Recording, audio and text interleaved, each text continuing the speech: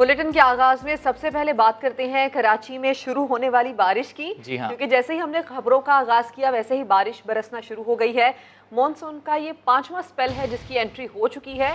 कराची के मुख्तलिफ इलाकों में इस वक्त तेज और दरमियाने दर्जे की बारिश है। ऐसी इतलात मुख्तलिफ इलाकों से आ रही हैं। बिल्कुल, कराची का मौसम खुशगवार हो चुका है और मुख्तलिफ इलाकों से फुआर की रिपोर्ट्स मौसूल हो रही हैं। कुछ इलाकों में तेज़ बारिश की भी इतलात हैं, लेकिन फ़िलहाल ज़्यादातर खबरें यही हैं कि कराची के मुख्तलिफ इलाकों में हल्की और दरमियाने दर्जे की बारिश का सिलसिला शुरू हो चुका है। आज भी दिन भर शदीद गर्मी और हब्स का समा रहा। कराची वाले परेशान रहे, लेकिन शाम होते ही तकरीबन 6 बजे हैं और 6 बजने के फ़ौरन बाद मौसम खुशगवार हो चुका है। बादलों ने एंट्री दे दी है। मॉनसून का ये 5वां स्पेल है जो कि कराची में अब दाखिल हो चुका है। तो मुख्तलिफ इलाकों से हम वक्तन फवक्तन अपने नुमाइंदगान से भी रब्ता करके अपडेट्स लेंगे। हुज़ैफा खान से बात करते हैं। हुज़ैफा, कहाँ पर हैं आप और कैसा मौसम है? देखें, इस वक्त शहर के मुख्तलिफ इलाकों में कहीं हल्की और कहीं तेज़ बारिश का सिलसिला जारी है। एयरपोर्ट, फेडरल बी एरिया, शारा फैसल पे भी बूंदाबांदी है। इस वक्त शहर के मुख्तलिफ इलाकों में घने बादलों का भी राज है, लेकिन हब्स की जो फिजा है वो बरकरार है इस वक्त, क्योंकि खुल के बारिश नहीं हो रही। डिस्ट्रिक्ट साउथ में भी IH चंडीगढ़ रोड पे भी इससे अभी थोड़ी देर कबल जो है वो बादलों ने बारिश बरसाई, लेकिन फिर जो है वो बादल चले गए।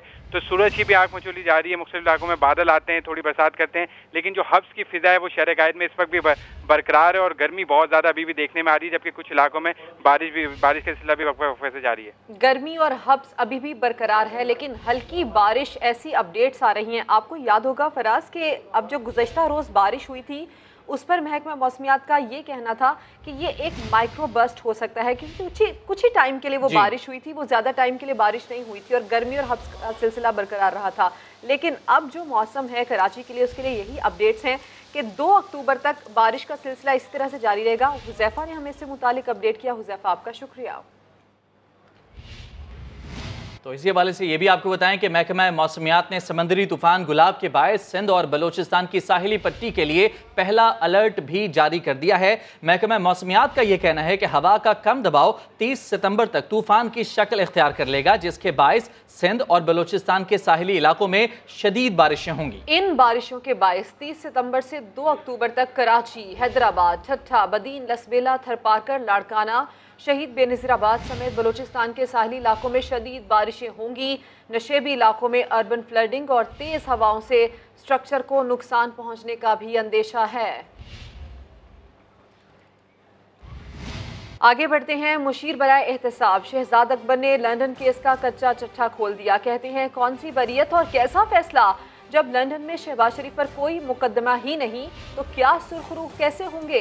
वर्चुअल न्यूज़ कॉन्फ्रेंस में कई सवालात उठा दिए। कहा मामला सुलेमान शहबाज और जुल्फ़िकार के अकाउंट्स के मुंजमद होने का था। पूरे फैसले में शहबाज शरीफ का कहीं नाम नहीं। उनके खिलाफ मनी लॉन्ड्रिंग मुकदमे का फैसला तो पाकिस्तान की अदालत करेगी। एक सिलसिला शुरू कर दिया गया रिपोर्टिंग का कि जैसे शहबाज शरीफ साहब के ऊपर बरतानिया में मनी लॉन्ड्रिंग का केस था और उसके बाद वो उसमें बरी भी हो गए। कोई खुशफहमी का शिकार न हो, किसी को गलत फहमी नहीं होनी चाहिए। मुशीर दाखिला और एहतिसाब शहजाद अकबर ने खबरदार कर दिया। इस्लामाबाद में वर्चुअल न्यूज कॉन्फ्रेंस में कहा, जब शहबाज शरीफ पर लंदन में कोई मुकदमा ही नहीं किया तो फिर कैसा फैसला और कौन सी बर्रियत। नेशनल अकाउंटेबिलिटी ब्यूरो ने 7 अरब रुपए की मनी लॉन्ड्रिंग का मुकदमा शहबाज शरीफ साहब के ऊपर पाकिस्तान में अकाउंटेबिलिटी कोर्ट नंबर 4 लाहौर में दाखिल किया है। वो मुकदमा अभी यहाँ चल रहा है और उस मुकदमे में ही फैसला होना है मनी लॉन्ड्रिंग का। इसके साथ साथ शहबाज शरीफ साहब, उनके बेटे हमजा शहबाज और चूंकि सलमान मफरूर हैं, वो दूसरा मुकदमा 25 अरब रुपए की मनी लॉन्ड्रिंग का FIA के सामने उनकी इन्वेस्टिगेशन चल रही है। शहजाद अकबर ने मीडिया को बताया, बरतानवी नेशनल क्राइम एजेंसी ने सितंबर 2019 में कुछ फंड्स को मशकूक करार देकर तहकीकात का आगाज किया था। जुल्फिकार और सुलेमान शहबाज के अकाउंट्स पर फ्रीजिंग ऑर्डर हासिल कर रखा था। फैसला 2 अकाउंट्स को मुंजमद करने से मुताल्लिक था। बर्रियत का कोई फैसला नहीं दिया। शहजाद अकबर ने बरतानवी मजिस्ट्रेट का रिलीज ऑर्डर भी शेयर कर दिया। बड़ा सिंपल सा है, 2 लाइनर्स का ऑर्डर है। The AFOs are hereby set aside, यानी कि AFOs को ख़त्म किया जाता है। There be no order as to cost, कि किसी को भी ना कोई जुर्माना है ना किसी की दूसरी साइड की आपने फीस देनी है। इस पूरे ऑर्डर के अंदर शहबाज शरीफ का नाम नहीं है, शहबाज शरीफ को किसी चीज में एक्विट नहीं किया गया है। शहबाज शरीफ सो मच सो लंदन में मनी लॉन्ड्रिंग के ऊपर चार्ज भी नहीं हुए थे। मुशीर दाखिला और एहतिसाब का कहना है रिलीज ऑर्डर का मतलब ये नहीं कि फंड्स जायज जराए से वसूल हुए थे। Suleman Shahbaz money laundering case में लाहौर की अदालत से मफरूर हैं। शहबाज शरीफ के खिलाफ मनी लॉन्ड्रिंग का मुकदमा पाकिस्तान में चल रहा है और फैसला भी यही होगा। और दूसरी जानिब बरतानवी अदालत के फैसले पर लीगी सदर शहबाज शरीफ ने शुक्राने का ट्वीट कर दिया। कहते हैं यकीनन सच झूठ मनगढ़ंत कहानियों और किरदार कशी से ज्यादा ताकत रखता है। वो अल्लाह के सामने तमाम आजिज़ी और शुक्रगुजारी के साथ सर झुकाते हैं। शुक्राने का ट्वीट किया है शहबाज शरीफ ने, जिसमें वो ये कहते हैं कि यकीनन सच झूठ मनगढ़ंत कहानियों और किरदार कशी से ज्यादा ताकत रखता है। वो अल्लाह के सामने तमाम आजिज़ी और शुक्रगुजारी के साथ सर झुकाते हैं। दूसरी जानिब बरतानवी अदालत के फैसले पर लीगी सदर शहबाज शरीफ ने ये अपना बयान दिया है ट्विटर के जरिए, जिसमें उन्होंने ये कहा है कि वो तमाम आजिज़ी और शुक्रगुजारी के साथ अल्लाह के सामने सर झुकाते हैं। शहजाद अकबर की न्यूज़ कॉन्फ्रेंस पर नून लीगी रहनुमाओं की जानिब से जवाबी प्रेस कॉन्फ्रेंस की गई। NCA को बैरिस्टर ज़िया नसीम ने सरकारी लेटर हेड पर लिखा साबिक वज़ीर आज़म शाहिद खाकान अब्बासी का दावा। बोले पाकिस्तान, अरब इमारात और बरतानिया में इस मामले की तहकीकात की गई हैं। NCA को कहा गया कि शहबाज शरीफ और ख़ानदान के खिलाफ हमारे पास शवाहिद मौजूद हैं। शहबाज शरीफ सुलेमान शहबाज के अकाउंट्स डिक्लेयर्ड हैं, सारा पैसा टैक्स पेड है। NCA को खत लिखा गया दिसंबर 11, 2019 को एसेट रिकवरी यूनिट की तरफ से एक बैरिस्टर साहब जिनका नाम ज़िया नसीम है, नेशनल क्राइम एजेंसी ने जो अकाउंट्स थे शहबाज शरीफ साहब के और सुलेमान शहबाज साहब के लंदन में, उनको उन्होंने कोर्ट में पिटिशन कर कि हमें ये शवाहिद दिए हैं पाकिस्तान की हुकूमत ने, और अब हम एक तफ्तीश करेंगे जो उनका इंटरनेशनल क्राइम यूनिट है। हम 3 ममालिक में तफ्तीश करेंगे कि कोई जुर्म हुआ है, कोई मनी लॉन्ड्रिंग हुई है, और उसकी बुनियाद पर हम आगे बढ़ेंगे। ये दिसंबर 2019 में ये कदम नेशनल क्राइम एजेंसी UK ने उठाया। इन अकाउंट्स में जो पैसे थे, ये अकाउंट्स भी डिक्लेयर्ड हैं, टैक्स रिकॉर्ड में भी हैं, एसेट्स के अंदर भी हैं, शहबाज शरीफ साहब के और सुलेमान शहबाज साहब के।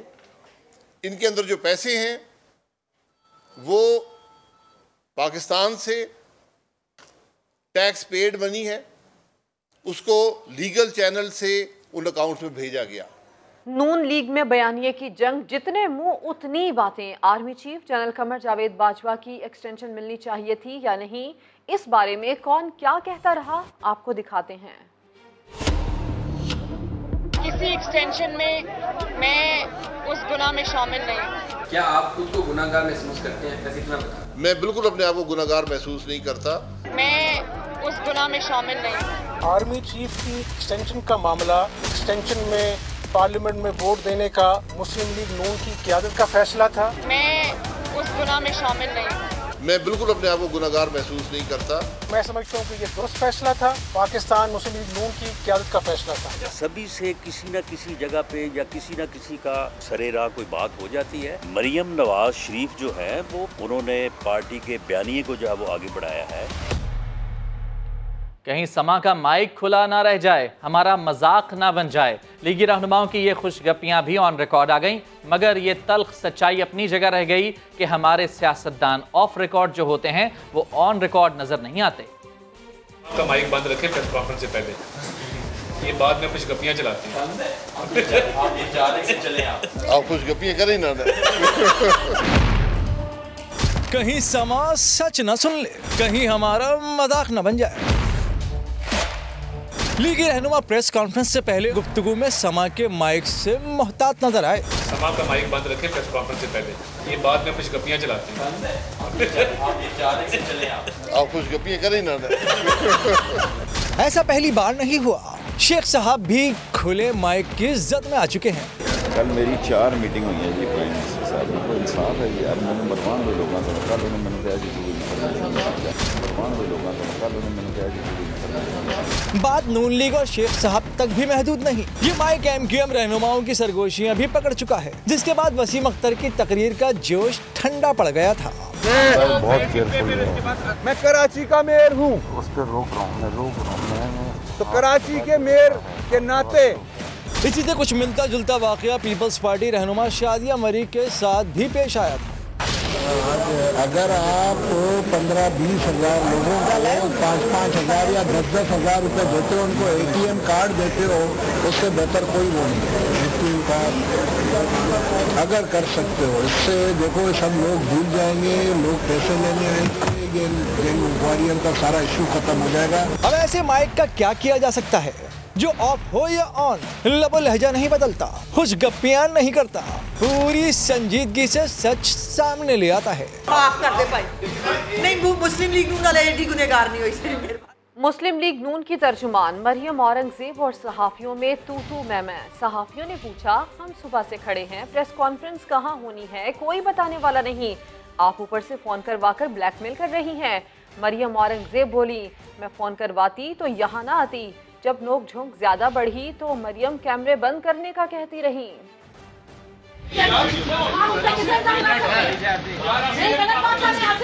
मैंने आपको भाई समझा नहीं, ये बिल्कुल गलत रवैया है, ये बिल्कुल गलत है। मैं मिलते कर रही हूँ, मैंने मैनेजमेंट को फोन करना, मैं यहाँ पे खड़ी हूँ, मेरा ये तरीका नहीं है।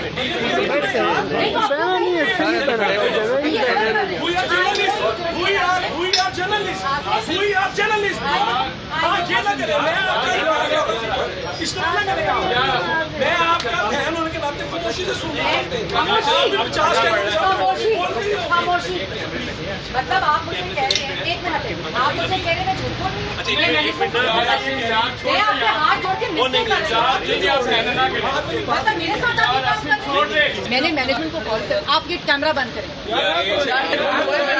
इंतखाबी इस्लाहात पर हुकूमत और अपोजिशन के दरमियान बर्फ पिघलने लगी। वज़ीर इत्तलात फवाद चौधरी ने हुकूमत और अपोजिशन जमातों में राबते की तस्दीक कर दी। बोले, वज़ीर आज़म ने अपोजिशन के साथ मामला हल करने की हिदायत की है, जिसके लिए बाबर अवान और अली मोहम्मद खान को टास्क सौंपा गया है।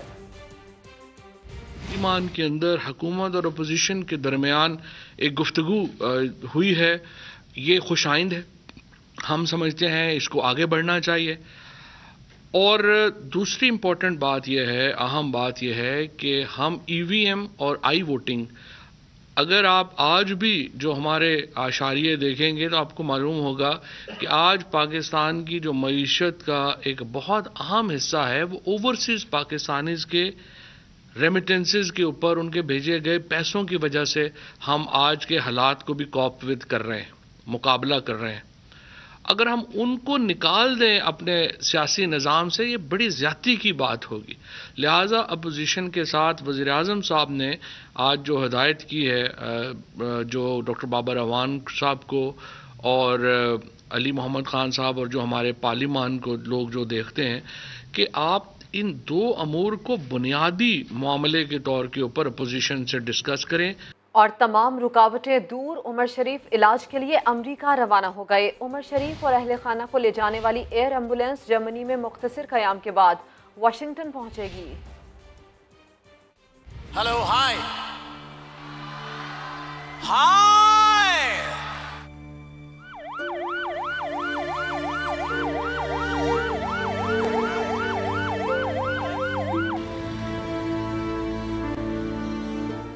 एक एक करके उमर शरीफ की अमेरिका रवानगी में हायल तमाम रुकावटें दूर हो गई। एयर एम्बुलेंस कराची पहुंचने के वक्त उमर शरीफ का ब्लड प्रेशर बढ़ा हुआ था, मगर ब्लड प्रेशर कम होते ही सफर के लिए रवाना करने का फैसला किया गया। कराची के निजी अस्पताल से उमर शरीफ कराची एयरपोर्ट पहुंचे तो सिविल एविएशन अथॉरिटी के हुक्काम ने उमर शरीफ को फूल पेश किए और नेक ख्वाहिशात का इजहार किया।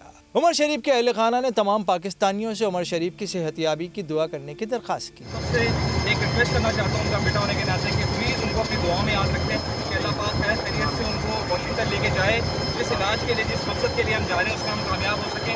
अल्लाह पाक सेहत अता फरमाए। आप सब लोगों ने उमर को अपनी दुआओं में याद रखना है कि खैर खैरियत से उमर वहाँ अपने हॉस्पिटल पहुँच जाएँ और उनका जल्द से जल्द ट्रीटमेंट हो जाए।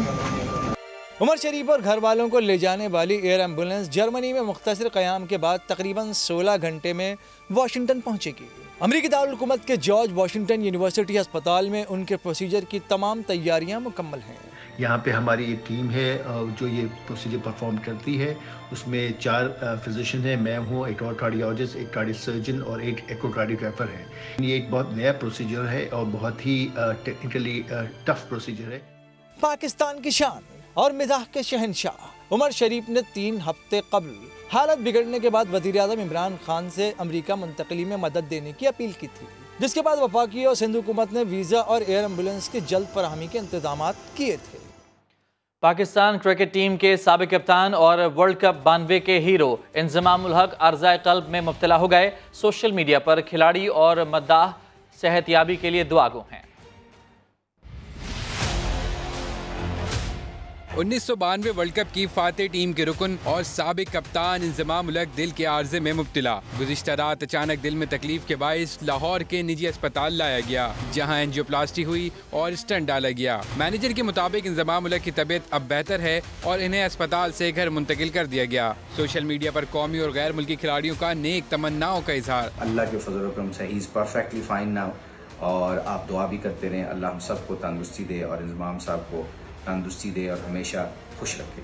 वसीम अकरम ने ट्वीट किया कि लगता है इंजी के दिल को किसी की नजर लग गई, अपना ख्याल रखना, दुआ है जल्द ठीक हो जाओ। साबिक भारतीय कप्तान अजहरुद्दीन और भारतीय बल्लेबाज सचिन तेंदुलकर भी इंजमाम की सेहतयाबी के लिए दुआ गो हैं। सचिन ने लिखा, इंजमाम फील्ड में फाइटर थे, उम्मीद है इस सूरत हाल से जल्द निकलेंगे। अफगान क्रिकेटर राशिद खान और मोहम्मद शहजाद भी अपने साबिक कोच की सेहत पर फिक्रमंद नजर आए। सोशल मीडिया सारिफीन भी इंजमाम की सेहतयाबी के लिए दुआ कर रहे हैं। और अब बात करते हैं कोरोना की। 12 साल और उससे जायद उम्र के शहरियों को भी अब कोरोना से बचाव की वैक्सीन लगेगी। NCOC ने इजाज़तनामा जारी कर दिया। कातिल वबा मुल्क भर में मजीद 41 मरीजों की जान ले गई, जबकि 1400 नए केसेस रिपोर्ट हुए। अरहम खान की रिपोर्ट। कोरोना का जोर टूटने लगा, शिद्दत में कमी, फैलाव की शरह गिर कर 3.17% रह गई। सिर्फ 1400 नए केसेस रिपोर्ट। गुज़श्ता 24 घंटे में जान भग होने वालों की तादाद 41 रही। 16 अमवात पंजाब, 11 सिंध, 7 KP, 3 इस्लामाबाद में हुई। बलूचिस्तान और आजाद कश्मीर में 2 मरीज जान से गए। मजमूई हलाकतें 27,638 हो चुकी।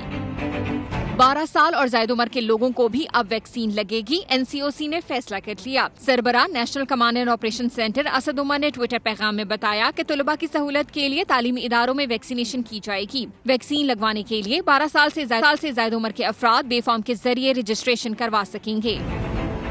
अवाम में कोरोना से बचाव की वैक्सीन लगवाने के रुझान में मुसलसल इजाफा। गुज़श्ता रोज मुल्क में 9,61,000 से ज्यादा वैक्सीन डोजेज लगाई गयी। वैक्सीन की खुराक लेने वालों की मजमूई तादाद 7,95,03,641 तक पहुँच गयी। NCOC ने वैक्सीनेशन न करवाने वालों को फिर खबरदार किया है कि 1 अक्टूबर से तालीमी इदारों, हवाई सफर, पब्लिक ट्रांसपोर्ट, होटल, रेस्टोरेंट, शादी हॉल्स और दीगर सहूलियात की बंदिश का सामना करना पड़ेगा। इसलिए वैक्सीन जल्द लगवाएं, कहीं देर न हो जाए। अरहम खान, समा, इस्लामाबाद।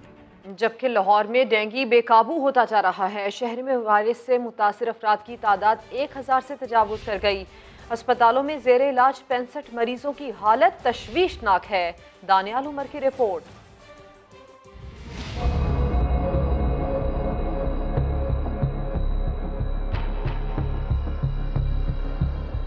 लाहौर डेंगू वबा का गढ़ बन गया। 24 घंटे के दौरान मजीद 160 केसेस सामने आ गए। लाहौर में डेंगू बुखार का शिकार होने वालों की तादाद 1077 तक पहुंच गई। लाहौर के अस्पतालों में डेंगू के 65 तशवीशनाक मरीज जेर इलाज हैं। महकमा सेहत पंजाब के मुताबिक गुज़श्ता रोज लाहौर के 594 मुकामात से डेंगू लार्वा तल्फ किया गया।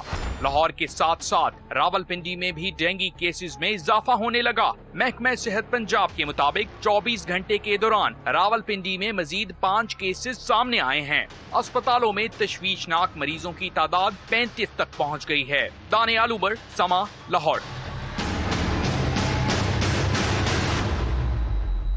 आगे बढ़े आपको बताएं, हुकूमती कोशिशों के बावजूद चीनी की कीमत कम ना हो सकी। मार्केट में चीनी 105 से 110 रुपए किलो मिल रही है।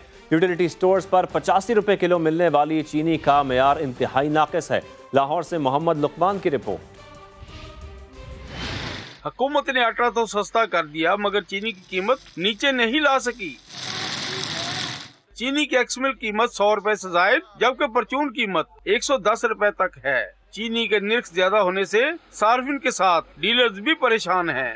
उनके मुताबिक अगर हुकूमत चीनी की कीमत कम नहीं करा सकती तो नई कीमत का नोटिफिकेशन जारी ही न करती। उसी गन्ने के साथ अगर वो 200-250 पौने 300 रुपए मन गन्ना था, वो चीनी जो 70 रुपए बिक रही थी वही चीनी छलांग लगाकर 105 रुपए किलो तक चले गई। कहीं नजर नहीं आ रही, यहाँ पूरी मार्केट फिर रही है, वहाँ मतलब किसी किस्म का कोई ऐसा हिसाब ही नहीं है कि आपको 90 रुपए चीनी मिली है। इस वक्त जो रेट चल रहा है वो एटलीस्ट 110 रुपए 20 रुपए, यानी कि यूँ कह लें कि जिसका जहाँ पे जी जा रहा है वो उतने में सेल कर रहा है। यूटिलिटी स्टोर पर हुकूमत ने 85 रुपए फी किलो के हिसाब से चीनी की दस्तयाबी यकीनी बनाई है, मगर चीनी का मयार आवाम को पसंद नहीं। वहाँ पे चलो 110 रुपए चीनी तो मोटी है, यहाँ पे बिल्कुल चूरा चीनी है, न चाय बनती है न कुछ बनती है, ज़रा डालते जाओ, कोई फर्क ही कुछ भी नहीं है। बहुत ज़्यादा फर्क है, बाहर की क्वालिटी बहुत अच्छी है, ये बिल्कुल पाउडर है।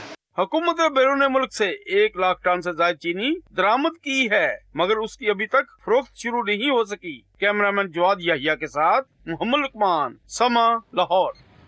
LPG 20 रुपए फी किलो महंगी कर दी गई। फी किलो LPG की कीमत 195 रुपए हो गई, जबकि घरेलू सिलेंडर 240 रुपए महंगा होने के बाद 2300 रुपए का हो गया। कमर्शियल सिलेंडर की कीमत 7,925 से बढ़ाकर 8,853 रुपए हो चुकी है। बैनुल अक़वामी मंडी में कीमत बढ़ने की वजह से LPG महंगी हुई, ऐसा कहना है LPG डीलर्स एसोसिएशन का। LPG की कीमत में 20 रुपए फी किलो इजाफा कर दिया गया है, जिसके बाद फी किलो LPG की कीमत 175 रुपए से बढ़कर 195 रुपए हो गई है, जिसके बाद घरेलू सिलेंडर 240 रुपए महंगा हुआ है और कीमत 2300 रुपए तक पहुंच गई है।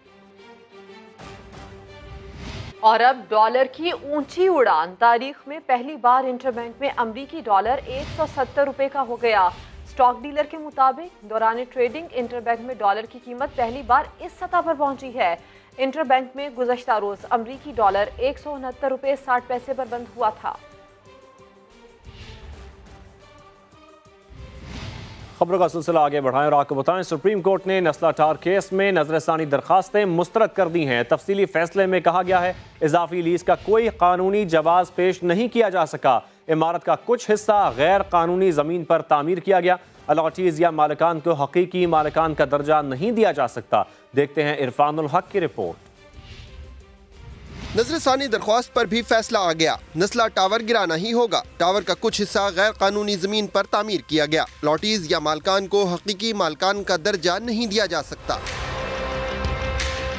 अदालती हुक्म में अलॉटीज के मुफादात का भी तहफ़्फ़ुज़ किया गया है। सुप्रीम कोर्ट ने कराची की शारा फैसल पर वाक़े नस्ला टावर को गिराने के खिलाफ नजरसानी दरख्वास्तें मुस्तरद करने का तहरीरी हुक्मनामा जारी कर दिया। जस्टिस एजाजुल एहसन ने तफसीली फैसले में लिखा, मुतअद्दिद सवालात पर भी 780 गज से जायद लीज दस्तावेजात पेश नहीं की गयी। सुप्रीम कोर्ट ने नस्ला टावर के वकील से मुतअद्दिद सवालात किए, मगर इत्मीनान बख्श जवाब नहीं मिल सका। इजाफी लीज का कोई कानूनी जवाज नहीं पेश किया जा सका। ओरिजिनल लीज में किसी किस्म की कोई तरमीम नहीं हुई। बार बार सिंधी मुस्लिम सोसाइटी का जारी करदा लेटर दिखाया गया, लेकिन सिंधी मुस्लिम सोसाइटी के पास लीज जारी करने का ही इख्तियार नहीं था। चेयरमैन आबाद आरिफ जीवा कहते हैं, मुल्क भर में 70 से 90% सोसाइटीज लीज ही नहीं। अप्रूवल के बाद नस्ला टावर में अलॉटमेंट दी गई। बिल्डर ने जो है वो जब सेल किया इसको अलॉटीज को, तो अलॉटीज को एक एक चीज दिखाई कि जी ये हमारी अप्रूवल है। हाँ, अगर अथॉरिटीज ने अप्रूवल गलत दी तो बिल्डर गलत है, बिल्डर गलत है तो फिर अथॉरिटीज भी गलत है। नजरसानी दरख्वास्त मुस्तरद होने के बाद कानूनी माहिरीन की ये बात दुरुस्त साबित हो गई है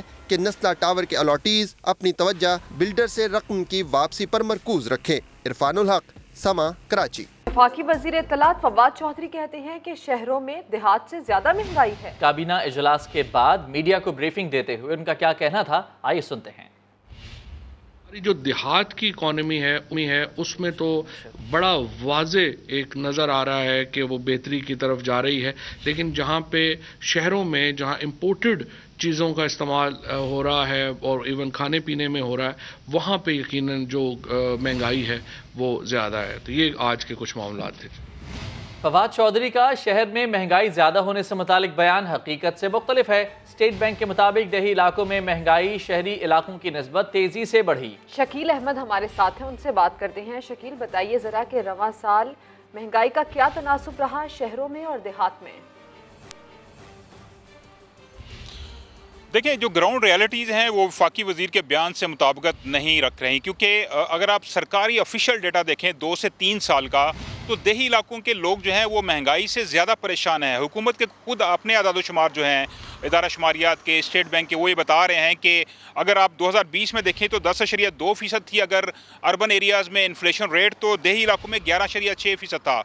और अगर 2021 में देखें तो 8.1% था अगर शहरी इलाकों में, तो देही इलाकों में डबल डिजिट में 10% था। और अगर आप फूड इन्फ्लेशन देखें, अमूमन तासर यह है कि देहात में खाने पीने की अशिया सस्ती हैं, शहरों में महंगी हैं, लेकिन यहाँ पे जो ग्राउंड रियलिटीज़ हैं वो डिफरेंट हैं। 2019 में 4% था अर्बन एरियाज़ में फूड इन्फ्लेशन, तो 4.8% जो था अब वो देही इलाकों में। इसी तरह 2020 में 13.6 के बजाय 15.9% देही इलाकों में लोगों का फूड इन्फ्लेशन था। और 2021 में 12.4 अर्बन एरियाज़ में और 13.1% रूरल एरियाज़ में। सबसे बड़ी वजह यह है कि अर्बन एरियाज़ में अगर एडमिनिस्ट्रेटिव मैयर्स नहीं लिए जा रहे महंगाई को कंट्रोल करने के लिए, तो रूरल एरियाज़ में तो बिल्कुल ये कॉन्सेप्ट नहीं है और वहाँ पे ज़्यादा मुनाफा कमाया जा रहा है, लोगों को ज़्यादा कीमतें अदा करनी पड़ रही हैं अशिया खुर्दोनोश की। आप घी देख लें, कुकिंग ऑयल देख लें, चीनी देख लें, इनके रेट्स ज़्यादा हैं। अगर अर्बन एरियाज़ में 36% घी महंगा हुआ एक साल में, तो रूरल एरियाज़ में 41% से ज़्यादा महंगा हो गया। तो ये वो अदादोशुमार है जो हुकूमत के अपने हैं और वफाकी वज़ीर के जो दावा है उससे वो मुताबिकत नहीं रख रहे। मालूमात फराहम करने के लिए आपका शुक्रिया शकील अहमद। मुल्तान के 50 साला इलेक्ट्रिकल इंजीनियर ने बेरोजगारी से तंग आकर अपनी गाड़ी में बिरयानी का स्टॉल लगा लिया। मज़ेदार बिरयानी हाथों हाथ बिक भी जाती है और घर के अखराजात भी पूरे हो जाते हैं। मोहसिन अली की report. Biryani sir, homemade biryani sir. नौकरी गई तो हिम्मत ना हारी। 2 साल की बेरोजगारी के बाद अपनी ही गाड़ी में बिरयानी का स्टॉल सजा लिया। मैं एक इंजीनियर हूँ बेटा, लेकिन मैं अब घर के हालात की वजह से, आजकल आपको पता बेरोजगारी कितनी ज़्यादा है, मैंने कई जगह अप्लाई किया, लेकिन ज़ाहिर है आजकल नौजवानों को जॉब नहीं मिलती। बीवी घर में बिरयानी तैयार करती है तो मोहम्मद शकील इसे मार्केट में ले जाकर फरोख्त कर देता है, जिससे इनकी अच्छी खासी रोजी हो जाती है। अक्सर में कराची में बिरयानी बहुत मशहूर है, मज़ेदार बिरयानी है, कराची बिरयानी है, तो वहाँ की मैं खाती भी थी और वैसे मैं बनाती भी थी। तो मैंने सोचा मुल्तान में ऐसा ट्रेंड कोई नहीं है, तो मैं ये वहाँ का जायका यहाँ ज़रूर दूँगी। बिरयानी मार्केट से हर जगह से मिल जाती है, लेकिन जो बात घर की बिरयानी में होती है वो मज़ार में नहीं मिलती। मिसाला जात उनकी सफाई का कोई ख़ास निज़ाम नहीं होता, लेकिन ये बहुत अच्छी हम टेस्ट करते आ रहे हैं। बाहिम्मत जोड़े ने मेहनत करके दूसरों के लिए आला मिसाल कायम कर दी है। कैमरामैन चौधरी महबूब के साथ मोहसिन अली, समा, मुल्तान। इस्लामाबाद के सेक्टर E11 में लड़की और लड़के पर तशद्दुद केस में अहम पेशरफ्त हुई। मकामी अदालत ने उस्मान मिर्जा समेत 7 मुल्जिमान पर फर्द जुर्म आयद कर दी।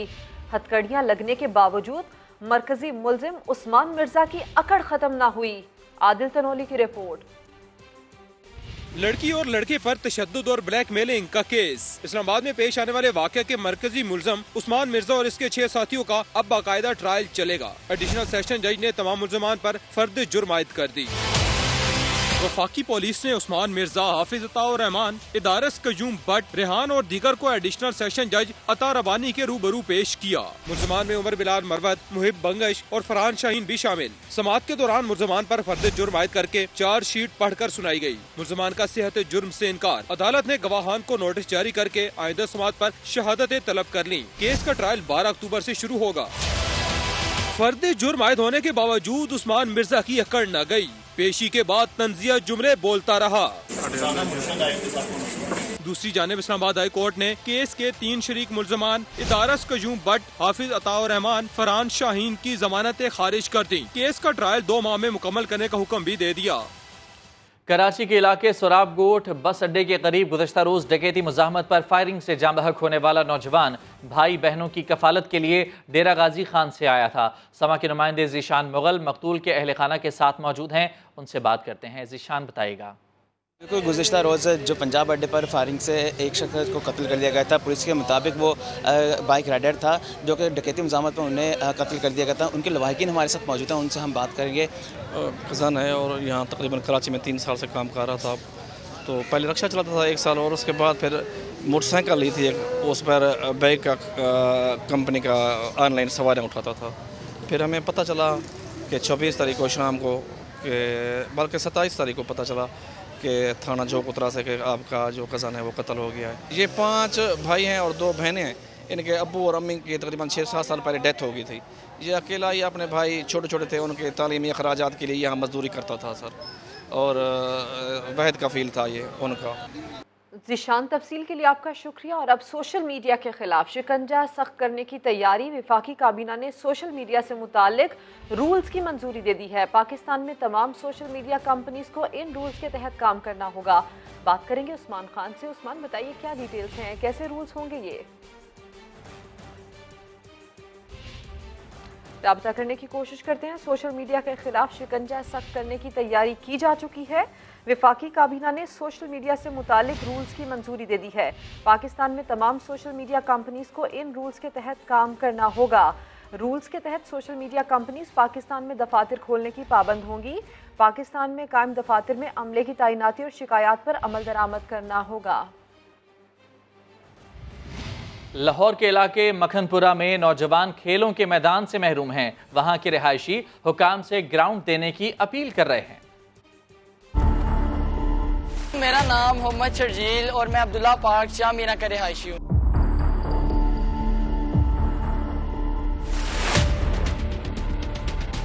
ये लाहौर का इतना बड़ा इलाका है और यहाँ पे एक भी क्रिकेट ग्राउंड नहीं है, और जब भी हम लोगों ने खेलना होता है तो हम लोग इसी तरह इस गली मुहल्ले में खेलते हैं।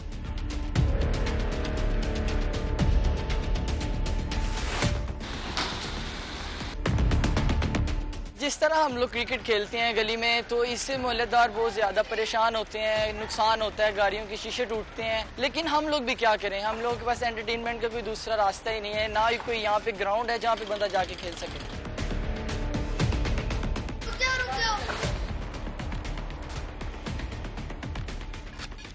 हमारी हुकूमत से अपील है कि हमें कोई ग्राउंड प्रोवाइड किए जाए जिसमें जाके हम क्रिकेट खेल सकें।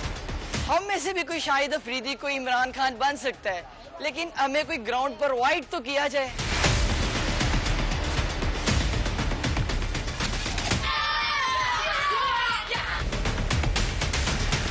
और जनाब, वक्त और हालात की सख्तियों के बायस शाही किले की आलमगीरी दरवाजे को पहुंचने वाली नुकसान की मरम्मत कर दी गई। तमाम काम ऐसी नफासत से किया गया कि उसकी असल शक्ल बरकरार है। ये दरवाज़ा किसने और क्यों बनवाया, ये जानते हैं आयशा अता की रिपोर्ट में।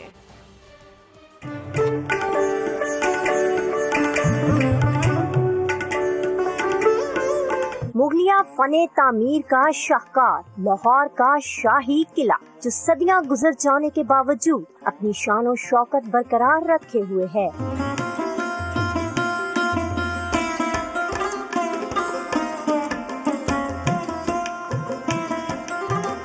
इस किला की शान ये आलमगीरी दरवाजा, जो बादशाही मस्जिद के मरकजी दरवाजे के ऐन सामने मजबूती के साथ आज मौजूद है, जिसे माजी में हाथियों की आमदरफ्त के लिए बनाया गया। उस दौर में मुगल बादशाह औरंगजेब आलमगीर इसी रास्ते से गुजर के हाथियों पे बैठ के बादशाह मस्जिद में नमाज अदा करने के लिए जाया करता था। इसको बने हुए 400 साल गुजर गया है, तो इसकी जो करंट कंडीशन है वो आज भी आप देख सकते हैं। खस्ता हाली के बाइस ये दरवाजा तवील अरसे से लोगों के लिए बंद है। ऐसे में वॉल्ड सिटी अथॉरिटी की जानिब से गुज़श्ता दिनों इसके अंदरूनी हिस्से और फ्रेस्को को पहुंचने वाले नुकसान की मरम्मत का काम मुकम्मल कर लिया गया।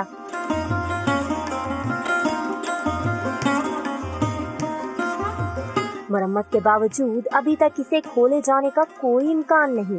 आलमगीरी गेट जो है उसका काम मुकम्मल हुआ है। हम अपने मास्टर प्लान को अब दोबारा चेंज कर रहे हैं और अनकरीब आप देखेंगे कि यही रास्ता जो है वो यूज होगा। आलमगीरी दरवाजा औरंगजेब आलमगीर ने 1674 में बनवाया। सदियां गुजर जाने के बावजूद इस दरवाजे की मजबूती को आज भी चैलेंज नहीं किया जा सकता। वक्त के थपेड़े सहता सहता ये आलमगीरी दरवाजा कई सालों से बंद पड़ा अपने माजी को याद करता रहता है। इसकी मुरम्मत का काम तो मुकम्मल हो चुका, अब देखना ये है कि इसे हर खासो आम के लिए कब खोला जाता है। कैमरामैन मोहसिन इकबाल के साथ आयशा आता, समा, लाहौर। खजाने को करोड़ों का चूना लगाने पर FIA कारपोरेट क्राइम सर्कल की कार्रवाई। PIA के general manager brand Aamir Memon और साबिका मैनेजिंग डायरेक्टर शाहनवाज को गिरफ्तार कर लिया गया है। अहम खबर है, FIA कारपोरेट क्राइम सर्कल की जानिब से ये कार्रवाई की गई है। PIA general manager brand Aamir Memon और साबिका MD शाहनवाज को गिरफ्तार कर लिया गया है। सुप्रीम कोर्ट ने PIA के स्पेशल ऑडिट का हुक्म जारी किया था। बिजनेस क्लास के मुसाफिरों के लिए 350 iPads किराए पर लिए गए थे। एयरलाइन मैनेजमेंट ने खजाने को 9 करोड़ 90 लाख रुपए से जायद का नुकसान पहुंचाया। बोइंग 777 तैयारे में सेलुलर और वाईफाई की सहूलत मौजूद नहीं, उसके बावजूद ये रकम खर्च की गई। FIA कारपोरेट क्राइम सर्कल की जानिब से कार्रवाई करते हुए PIA general manager brand Aamir Memon और साबिका MD शाहनवाज को गिरफ्तार कर लिया गया है। बात करेंगे समा के chief crime reporter Ahmed Rehman Khan हमारे साथ मौजूद हैं। अहमद, मामले की मजीद क्या तफसीलात हैं? FIA कॉर्पोरेट क्राइम सर्कल की जानिब से कार्रवाई की गई है, जिसमें PIA के जनरल मैनेजर हैं ब्रांड आमिर मेमन और साबका MD हैं शाहनवाज, उनको गिरफ्तार किया गया है। ये सुप्रीम कोर्ट की जानिब से हिदायत जारी की गई थी कि PIA के स्पेशल ऑडिट जो है वो किया जाए ताकि पता चल सके कि कितना जो कौमी खजाने को नुकसान है वो PIA मुलाजमीन की जानिब से पहुंचाया गया है। तो इस पर ये कुछ जो है वो तहकीकात की गई, ऑडिट किया गया, जिसमें ये चीज़ें सामने आई कि तकरीबन 9 करोड़ 90 लाख रुपए का नुकसान है जो कि एयरलाइन मैनेजमेंट की जानिब से कौमी खजाने को पहुंचाया गया है। बिजनेस क्लास के मुसाफिरों के लिए जो 350 iPads किराए पर हासिल किए गए थे 1 साल के लिए, उसमें भी जो है वो तकरीबन 9 करोड़ 90 लाख रुपए की खुद मामले की तफसीलात के लिए आपका बहुत शुक्रिया अहमद। अभी लेंगे ब्रेक, जिसके बाद होंगी हेडलाइन। देखते रहिए समा।